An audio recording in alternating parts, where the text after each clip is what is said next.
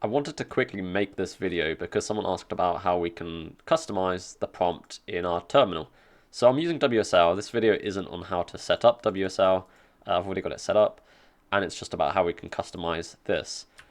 So in WSL or Linux, you will have this .bashrc file. This is where we edit these sort of things.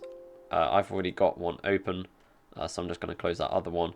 And we basically do all this customization in this PS1 variable, which I'll break down a little bit, but not excessively. And this is just the prompt string 1, and it's a bash prompt variable that we can modify. There's also more, apparently, PS2 that we can look at, which allows us to make various sort of customizations in our terminal. So it's a bit messy to read it like this. You can obviously see where I've got hello and this star. I'll also copy and paste this into the description below, so you can just copy it into this bashrc file.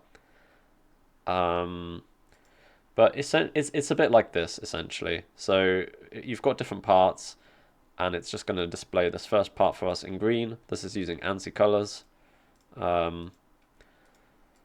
Then we're going to display the next part in yellow. Again, this is sort of ANSI color codes. And then notice these have different colors, the $sign and this colon here. And you can just sort of look at ANSI color codes if you want. I've got this website open. But if you just type in ANSI color codes, you can sort of customize it. Now, there is sometimes issues with other things, with various colors. So sometimes you just have to try things. But yeah, you can whack that together. You can even put in emojis. So I can like grab this. I know the star, it sort of worked, but it did its own thing. So again, it's probably just already, but I think if I put like a heart in here, you know, if I wanted to. And then something to note as well, bashrc sort of loads or runs when you open a new terminal, when you open a new session. I think you can, I forget there's a command as well to force update now, but I forget what it is top of my head. So whenever you start a new terminal, anything that you put in your bashrc file will be updated by default.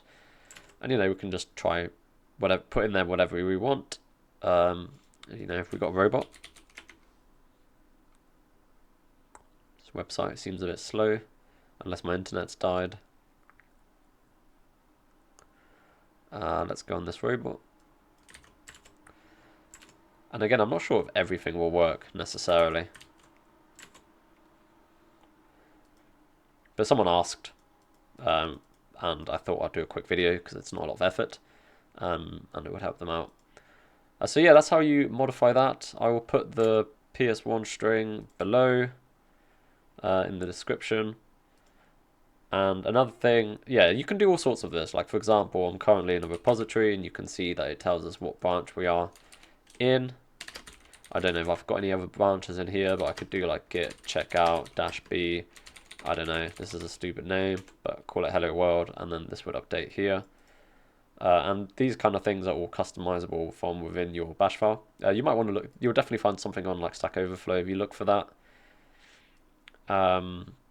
I think that's just this command here. There might be more to it. I've not looked at this for a while, but I think it's just this pass git branch.